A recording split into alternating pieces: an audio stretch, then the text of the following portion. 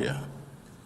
The United Nations was not born out of some high-minded ideal or because humanity suddenly decided to promote its collective virtue. No, the UN was created out of the ashes of a period when humanity had almost destroyed itself. The blood-soaked trenches of the First World War, brought about by the rivalries between the great powers of the day, the collapse of the League of Nations, made impotent because of the refusal of the major powers to participate, the despair of the Great Depression, the rise of fascist ambition, which led to the devastation of the Second World War, the terror of atomic weapons. These are the foundation of the United Nations. Over 100 million died, many more driven into poverty. I recite these histories because that is not a world we wish to return to. We are in danger of being doomed to repeat the brutal history lessons. When nations go their separate ways, history teaches us that this disaster eventually follows. When nations stand together, survival and prosperity become possible. With the stench of the atomic firestorms still hovering over Hiroshima and Nagasaki, the world raced to come together in a single body to prevent such things from happening again. The need for nations to unite in a single forum has never been more pressing. This multilateral effort is not a cure-all. Wherever humans live, there will be conflict. But today's crises are far more complex and seemingly more intractable and even more dangerous than 80 years ago. The atomic weapons of the 1940s have proliferated into the nuclear weapons of today, able to wipe out all human life many times over. Diseases now cross oceans in a day, potentially leading to pandemics that can last for years. Cyber attacks can leap borders in a second. Financial contagion can cripple economies in an instant. And climate change, yes, climate change, whose storms and rising seas and fires and floods make no distinction between rich or poor, strong or weak, can devastate us all. No single nation acting on its own can resolve these. Multilateral approaches are not the problem. Multilateral approaches offer the pathways to the solutions. The United Nations is not perfect, but it is the best tool for multilateral action that we have. We workmen should not blame our tools. The flaw is not in the hammer, but in the hand that lets it fall. Your Excellencies, the Commonwealth of the Bahamas is committed to work with members to find solutions. It is why we have offered ourselves as a candidate for a non-permanent seat on the Security Council for the 2032-2033 term. This is not a candidacy just for ourselves. It is for every small state that not only insists that its voice must count, but also knows that we have much to contribute in matters of global peace. For example, we cannot turn away from the agony of the Middle East. The aspirations of the Palestinian people for dignity and self-determination are real. Along with the state of Israel, both peoples have a right to security, sovereignty, and peace. For generations, this conflict has tested the conscience of the world, but resignation is not an option. The vision of two states living side by side in peace and mutual recognition remains the only pathway to justice, stability, and reconciliation. We must not abandon dialogue for despair. The multilateral capabilities and capacity of the UN should not be front and center of this effort. We think that if the organization has structural and institutional weaknesses, then let's fix them. If we think that standards are not evenly applied, that powerful states avoid consequences for aggression or human rights abuses, while weaker states are sanctioned more readily, then let's step up and fix them. The UN is only the sum of its parts. Any lack of effectiveness, any lack of practical impact lies squarely at the feet of member states. The solution is not to abandon it, but to fix it. For countries like the Bahamas, the biggest challenges and crises we face are not of our own making, and yet we are the ones who feel the impacts the most. Our independent Bahamas has never fought a war. And yet conflicts in faraway places cause severe economic shocks, with Bahamians forced to pay higher prices and suffer from unreliable supply chains. Above all, it is the physical changes relating to climate that are causing crises which we are critical, urgent, and existential. Over the past few years, many Bahamian voices have raised the alarm in many international forums about the risk we face from threats of climate change. We do not have the luxury of restarting an esoteric conversation about the causes of climate change.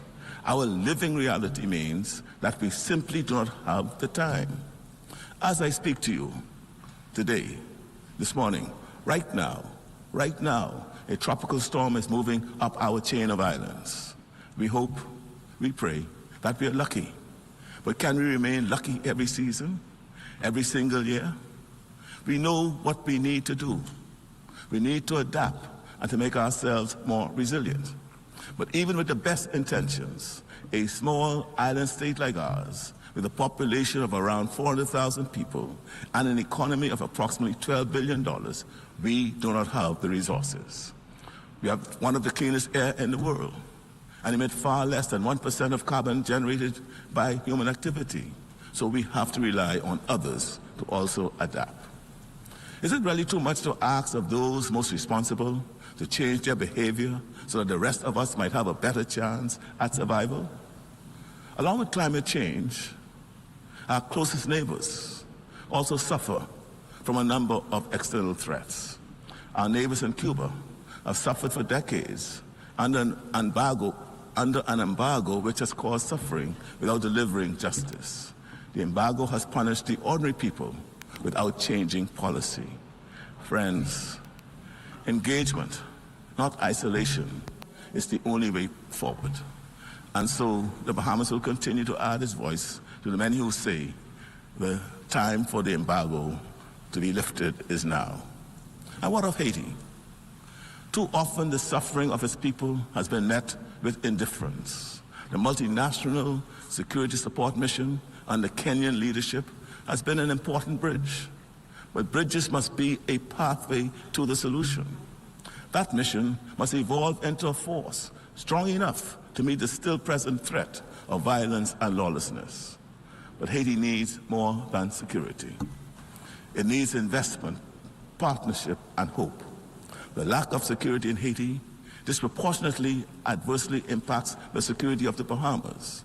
And we can no longer continue to carry so much of the burden and plight of the Haitian people. The world must act. We say this not out of fatigue, but out of conscious realization that a crisis of this magnitude cannot be left to neighbors alone. It requires a global response. The Bahamas therefore calls for a dedicated United Nations Support Office for Haiti, an institution to coordinate aid, sustain international attention, strengthen institutions, and nurture democracy. We cannot claim fidelity to peace and at the same time ignore Haiti. Your Excellencies, the lessons of history are clear. To retreat into a world of isolationist protectionism, where might is right and resources of the planet are plundered for the few, is to return to a time when life was famously described as nasty, brutish, and short. There would be a fairly swift breakdown in international peace and security. With no global forum for conflict mediation, there's a strong likelihood that disputes would more often escalate into wars, border clashes, and proxy conflicts. With every country facing increasingly dangerous and rapid climate change, the collective action needed to address it would likely hasten to climate breakdown.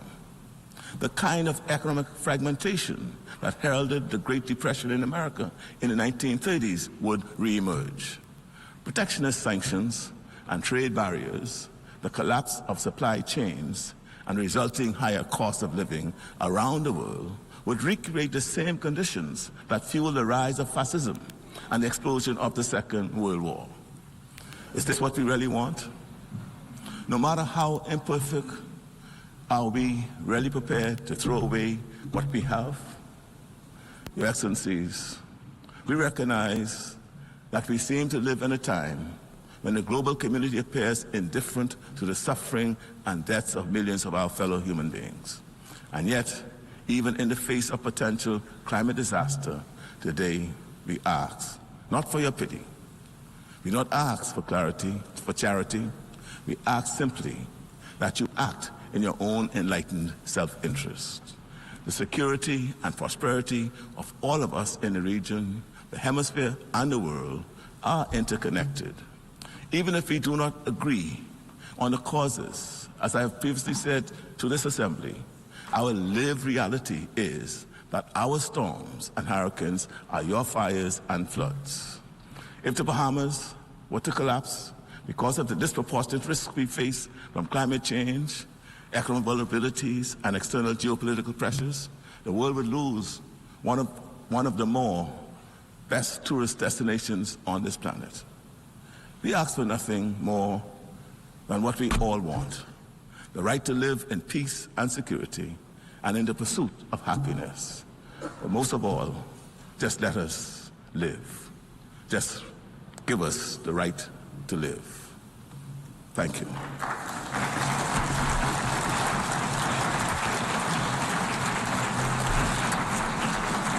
On behalf of the Assembly, I wish to thank the Prime Minister and Minister for Finance of the Commonwealth of the Bahamas.